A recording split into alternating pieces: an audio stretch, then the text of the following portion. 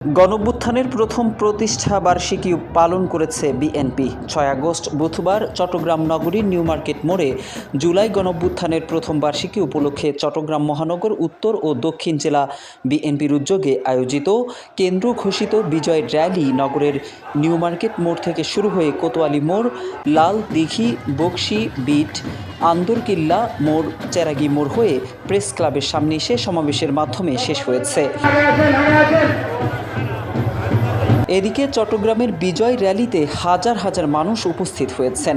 র্যালির পূর্বে সমাবেশে বক্তারা দেশের মানুষ আগামী দিনে যে গণতন্ত্রের পথে চলবে তার জন্য দেশের অর্থনীতিকে গণতন্ত্রায়ন করতে হবে বলে মন্তব্য করেন।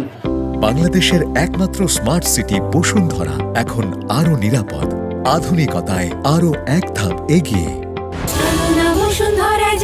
বক্তারা আগামী দিনে তারেক রহমানের নেতৃত্বে যে নতুন বাংলাদেশের স্বপ্ন, সেই স্বপ্ন জনগণের সামনে তুলে ধরার আহ্বান জানান। সমাবেশে চট্টগ্রাম মহানগর বিএনপির বিভিন্ন পর্যায়ের নেতাকর্মীরা উপস্থিত ছিলেন।